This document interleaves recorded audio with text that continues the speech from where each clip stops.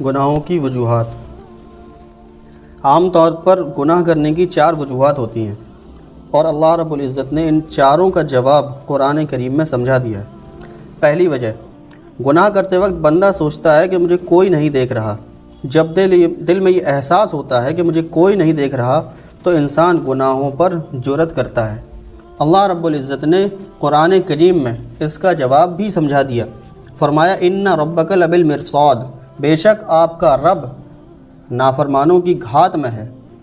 مرصاد کہتے ہیں کہ جب شکاری کو شکار کے اوپر نشانہ لگانا ہوتا ہے تو نشانہ لگانے سے کچھ لمحے پہلے اتنا غور سے وہ شکار کو دیکھتا ہے کہ پلک بھی نہیں جھپکتا، سانس کو بھی روک لیتا ہے، ہمتاً متوجہ ہو جاتا ہے۔ اس کیفیت کو مرصاد کہتے ہیں۔ ان ربک لبالمرصاد، تیرا رب تیری گھات میں لگا ہوا ہے، وہ تجھے اتنی غور سے دیکھ رہا ہے جیسے شکار کرنے والا اپنے شکار کو دیکھتا ہے۔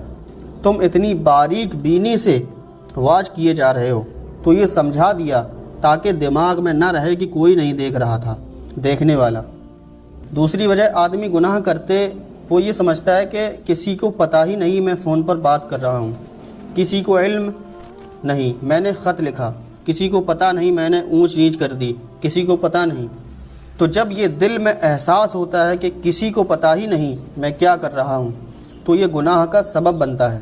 اللہ رب العزت نے قرآن پاک میں اس کا بھی جواب سمجھا دیا تاکہ ہم یہ ذہن میں نہ رکھیں کہ ہمارے عمل کا کسی کو پتہ نہیں چلتا۔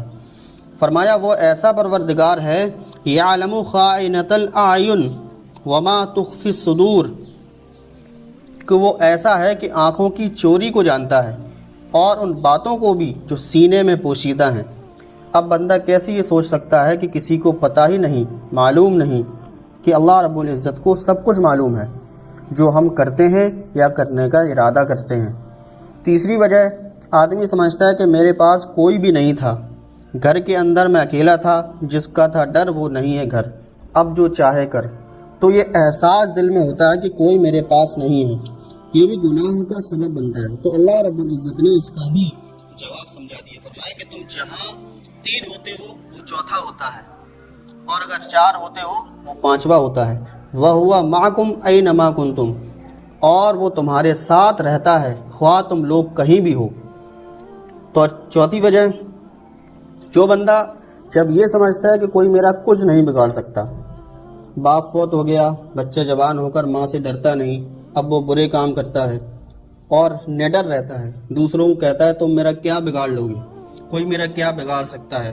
تو یہ جو الفاظ ہیں کہ کوئی مجھے کچھ نہیں کہہ سکتا، کوئی میرا کچھ نہیں بگاڑ سکتا، یہ احساس گناہ کرنے کا سبب بنتا ہے، بندہ ٹیڑھا بن جاتا ہے۔ اللہ رب العزت نے اس کا بھی جواب سمجھا دیا کہ کوئی یہ نہ سمجھے کہ کوئی میرا کچھ نہیں بگاڑ سکتا، تمہارا معاملہ ایک ایسے پروردگار کے ساتھ ہے، ان اخذہ علیم شدید، بلا شبہ اس کی داروگیری بڑی علم رسا اور سخت ہے۔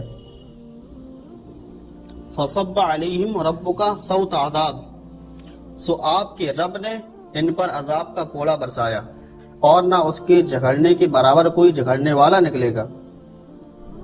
بنی اسرائیل کو ایک جگہ فرمایا کہ ایسا عذاب دوں گا جہانوں میں ایسا عذاب کوئی نہیں دے سکتا، لہذا اس کا بھی جواب سمجھا دیا کہ کوئی یہ نہ سمجھے کہ میرا کوئی کچھ نہیں کر سکتا۔